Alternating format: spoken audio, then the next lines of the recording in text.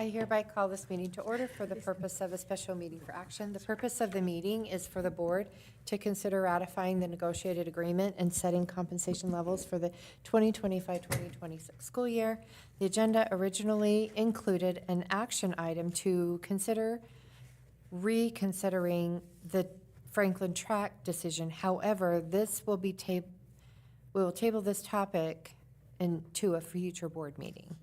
I will turn the time over to Brenda Miner, Sue Pettit, and Jonathan Balls to review the notice of ratification by the PEA, Pocatello Education Association, the review of the proposed negotiated agreement, and the review of compensation level options for employee groups.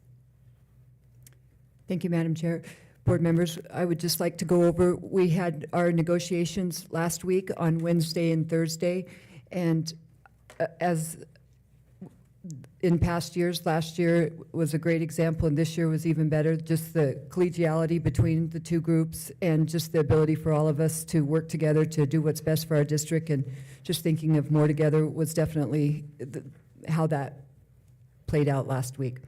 So I'm just going to go over real briefly with you the changes that will be made to the negotiated agreement, okay?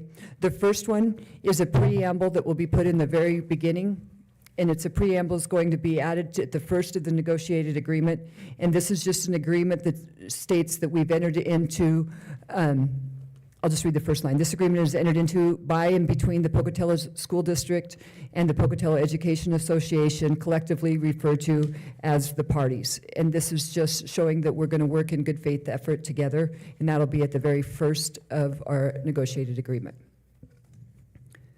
The second change will be in Article 2.14. The sentence, the very first paragraph starts out, this deals with academic responsibility and instruction of potentially controversial matters.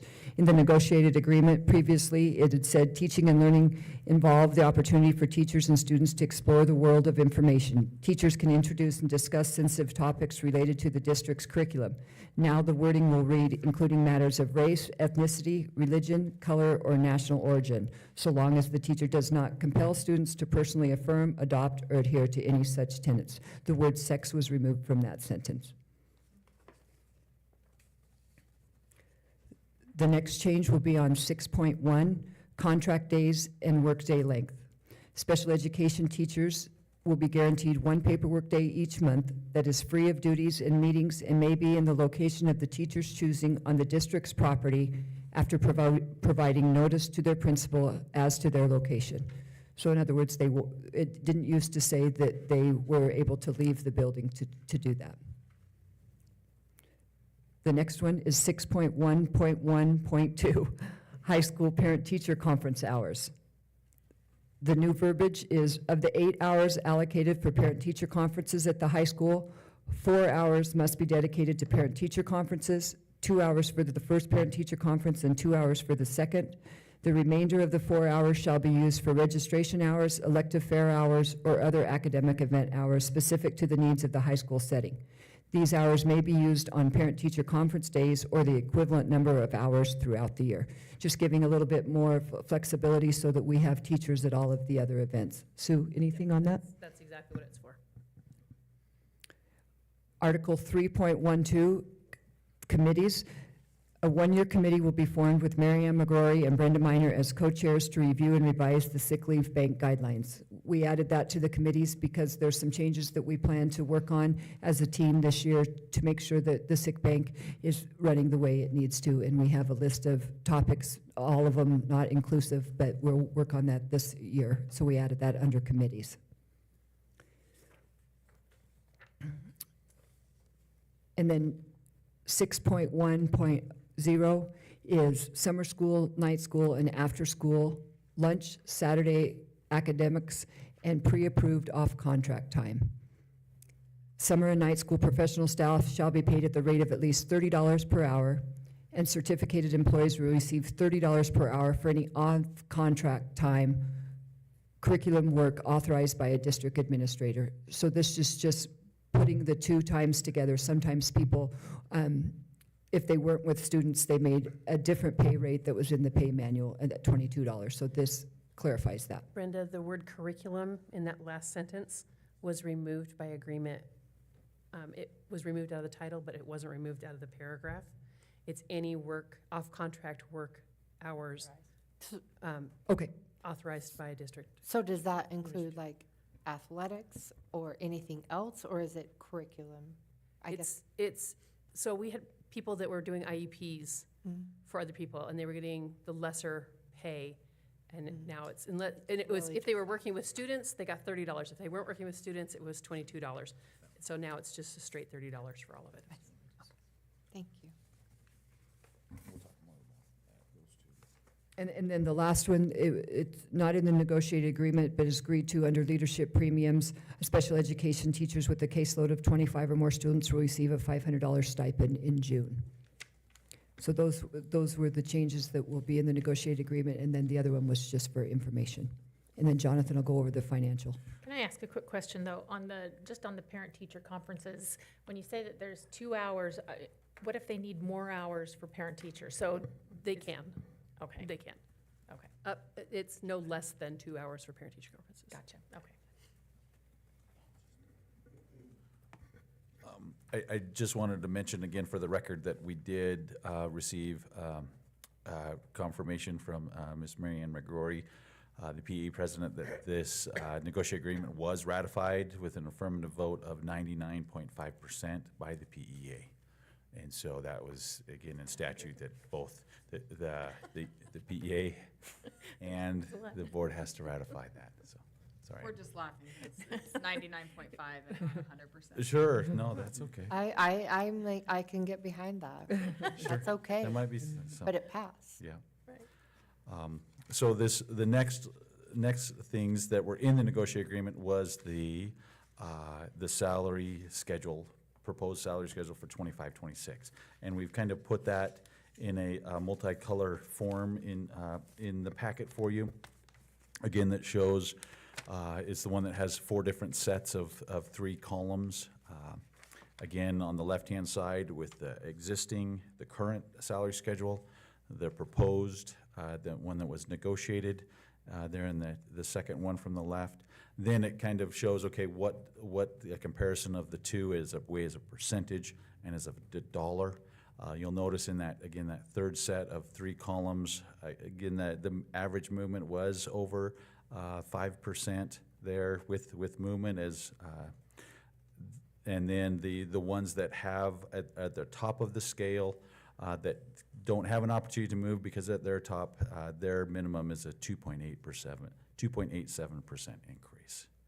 So you can kind of see each cell with the movement, what that percentage would be, and then the translating dollars per cell in that last group of 3 columns. Yes, let's do that.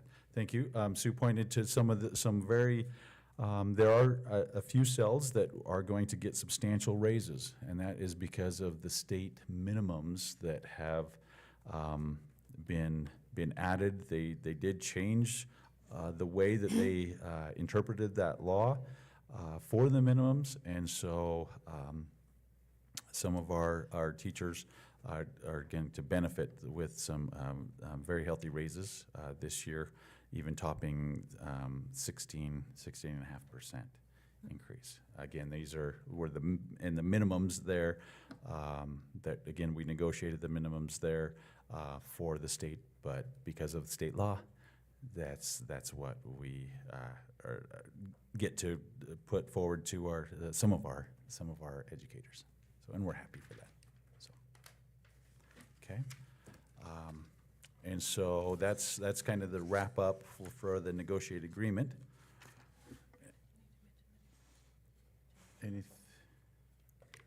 Also, just one last item that'll be changed in the negotiated agreement is the crosswalk that deals with when teachers make movement from a BA to a BA 24 or a BA 24 to a master's. Those will change as well, so I think that's really important for teachers who are going to make that change, that they realize that there is a crosswalk that'll still be in the negotiated agreements, and those steps will be changed on there as well. And with this negotiation and the ratification of the negotiated agreement is the kind of the first domino of some, a step that we, to set salary schedules for next school year. And that's your third document there. Again, divided into 3 different sections. The top section is the certified employees, again, showing the cost of the current schedule with movement. And this is basically everything that was negotiated upon. Again, using literally almost all of the money available to us to give that to our educators, to our teachers, the frontline staff there that educate our learners, and we're thankful that we're able to use literally all of our money there. The second section that is not negotiated, that is basically a recommendation and the sole discretion, thank you, of the board, is to set the classified pay scales and the administrative, certified administrative employees as well. So that center section deals with the classified and classified admin. There are 12 exempt classified admin employees that are coordinators and supervisors. And so you can kind of see there the kind of the cost, what I estimate that will have an increase as a revenue. And then it also gives you a few options that you may consider, and the cost and what the cost of those increases, again, ranging from 2.5% to 3%, and then what those costs will give us. As a whole, those are yearly numbers, again, based on current staffing levels. Again, and the last rung that for your consideration is administrative. These are building principals, head principals, vice principals, and so forth, and as well as district level cabinet members. And so again, you'll see the cost of increases there, cost of movement, and then as well as different options there that mirror that of the certified staff, as all of that we do try our best to align all certificated staff from certified teachers to administrators. And so you'll see the different options there from a 2.4, 2.65, 2.89 that mirror the minimum of what the teachers received there. Any questions on that kind of that spreadsheet? I tried to put a box around some of the options there.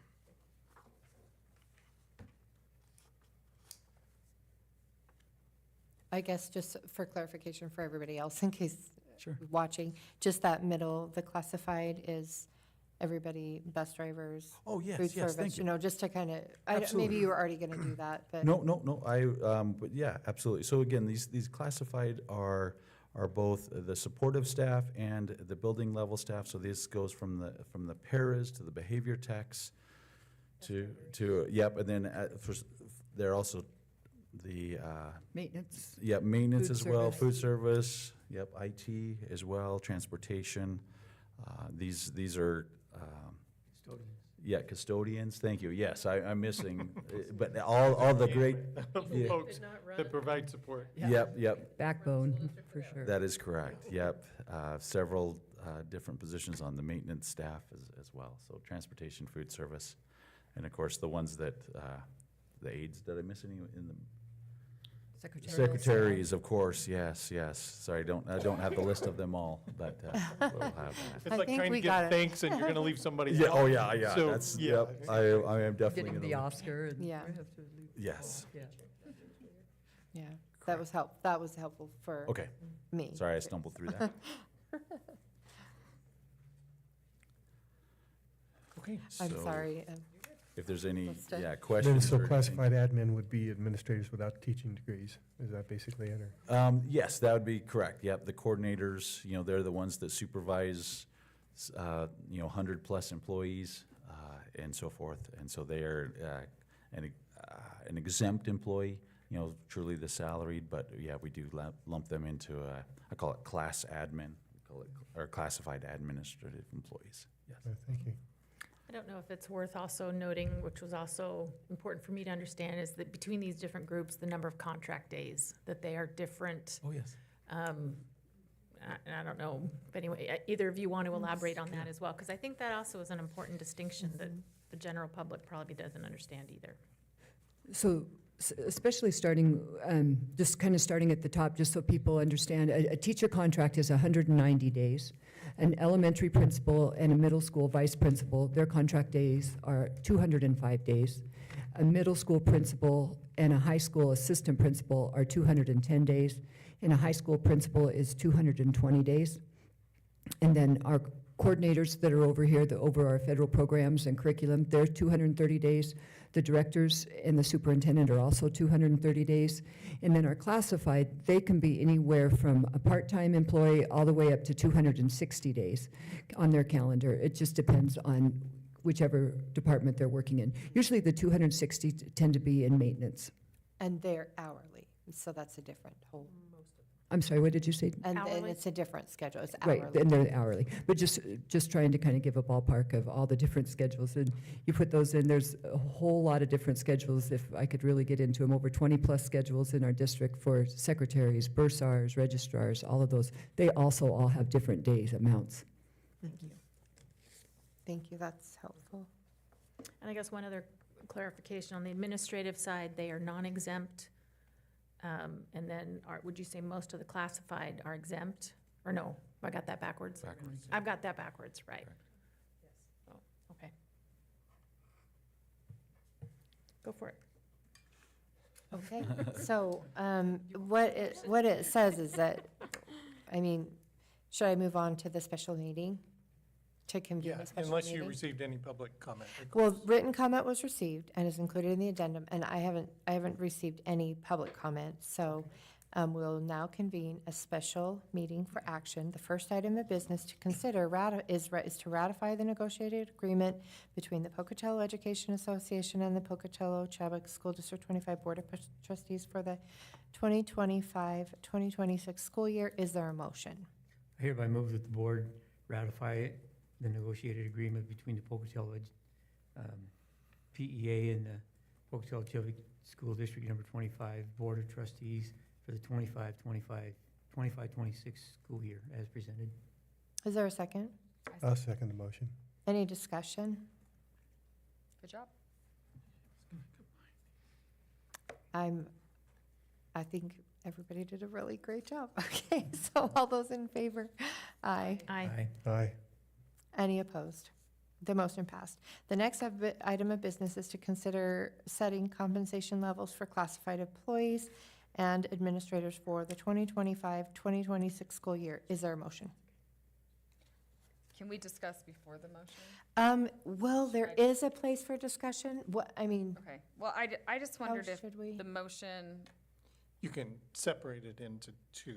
yeah, I'm just wondering how to word that because they're different on here. Oh, okay, I can just do that. Is there a motion to set the compensation for classified and classified admin? They're one category, classified and classified admin. We'll do that first. And is there a motion for classified and classified administrative? Okay, I hereby move that the board set compensation levels for classified and classified admin employees for the 2025-2026 school year with movement and at 3% as presented. Is there a second? Second. Any discussion? We do have to, well, don't we have to choose? She presented it. She presented it so we can vote. With the on it. movement. I am so sorry. No, you're fine. Tell me what percentage. There's a lot I going said on. the 3%. Yeah. The 3%. Yeah. I'm so sorry. All those in favor? Aye. Aye. Aye. The motion passed. The next item of business is to consider setting compensation levels for administrators for the 2025-2026 school year. Is there a motion? I hereby move that the board set compensation levels for the administrators for the 2025-2026 school year with movement and at 2.89% as presented. Is there a second? I'll second. Any discussion? I'll just say this little bit. I just feel like looking at that table, like, we've got to let them know that we value them as much as we value the teachers, because they are the support for the teachers. Without them, we couldn't do, I mean, we've been talking a lot about our cell phone policy. We couldn't do any of that kind of stuff without them. And I just want them to know that we really care about the work that they put in to make the Yes, school and district work. I agree, and that is, we were given 3 options that kind of fit within the budget, and that is the top option, and I'm in favor of that, because I do value the work that all the administration does. Not ready for a vote. Any other discussion? Here, here. All those in favor? Aye. Aye. Any opposed? The motion passed. The last item of business is to consider setting compensation levels for the administrative superintendent for 20. That was. We that's- combined, we We like did. took it We did. apart and then it was actually did not need to be taken apart because it was twice. Yeah. Sorry. So if that's everything, then we can conclude. Okay, so that concludes this meeting and I would entertain a motion to adjourn. Is there I a make motion? a motion that we adjourn. I second. All those in favor? Aye. Aye. Motion passed.